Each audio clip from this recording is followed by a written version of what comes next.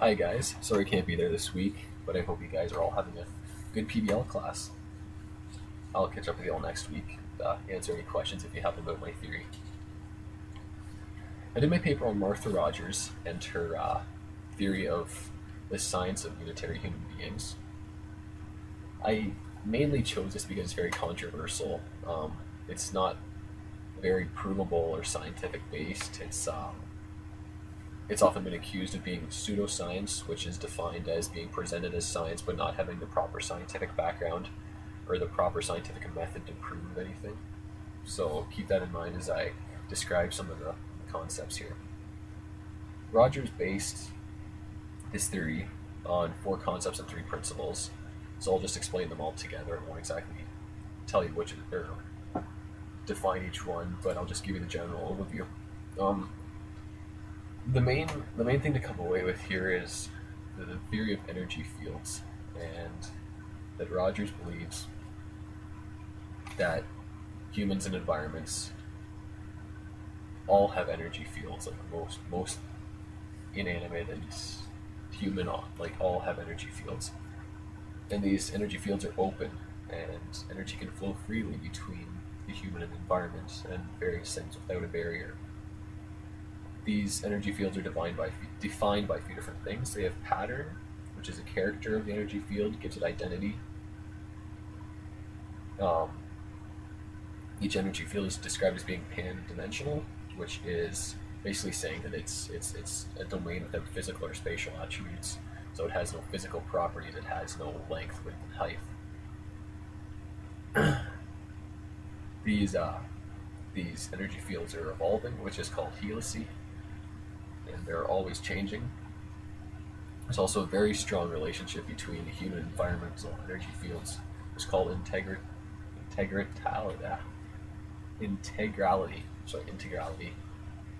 which also sort of contradicts some of her other parts of her theories, because she also says in other times that human and the environment are one and the same. So here she's also saying we have 2 different energy fields, and that's one area I wasn't exactly sure what she's trying to say. These energy fields also have a resonance, which is, if you know from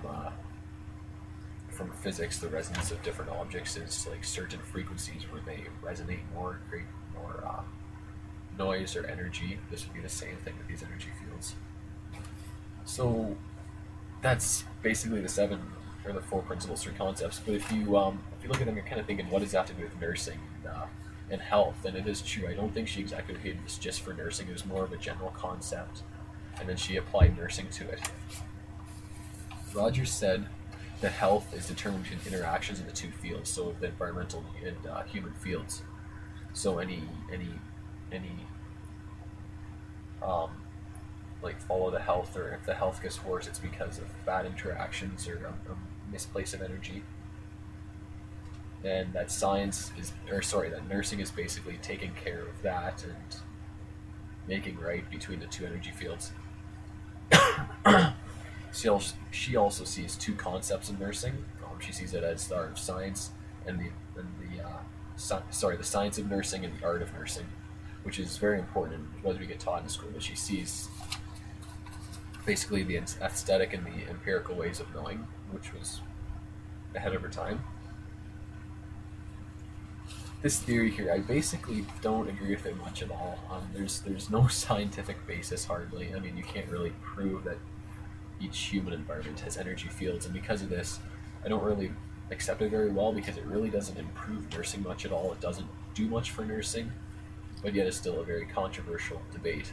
She also had other areas that she talked about that were controversial in nursing at the time, and also had heavy implications for nursing. One of these was caring, and she has a rather radical view of caring, which I somewhat agree with her. I'll explain to you what she thinks a little bit.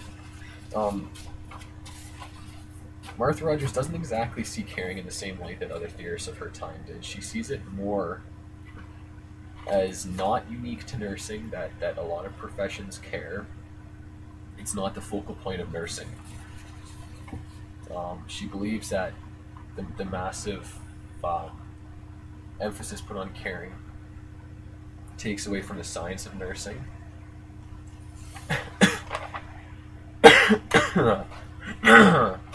She says it diminishes the importance placed on the knowledge and empirical knowing, which in a way is true. I can see your point there.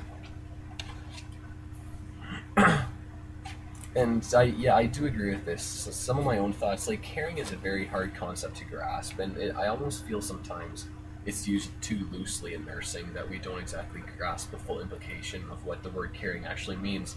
If you care about something, it seems like it's more of a personal thing that you would put a lot of personal assets and effort and time into. And maybe this is because there's more than one type of caring. There may be, which is probably true, there's professional caring, and I'd say there's personal caring and different things like that. But the actual, like, the deep, heartfelt personal caring, I don't think is as evident in nursing, as prominent as is taught to us or like to be. But I do feel there's professional caring, and that professional caring is more evident in nursing than other professions. This type of care. But it seems to me it's almost like you know your typical 9 to 5 care. You come into the hospital and care while you're there and then leave. It seems almost like an artificial care, and then it's not actually a heartfelt care. So that's why I sort of feel a little bit of agreement with her apprehension that caring might not be actually all that nursing say it is. It may be in a professional level, which is more artificial, but in a real personal level, I don't feel there's as much caring as is thought there is, or as we were taught, or as there's pushed to be. So that's just a few of my thoughts about Martha Rogers. Feel free to ask me questions next week and let me know what you think.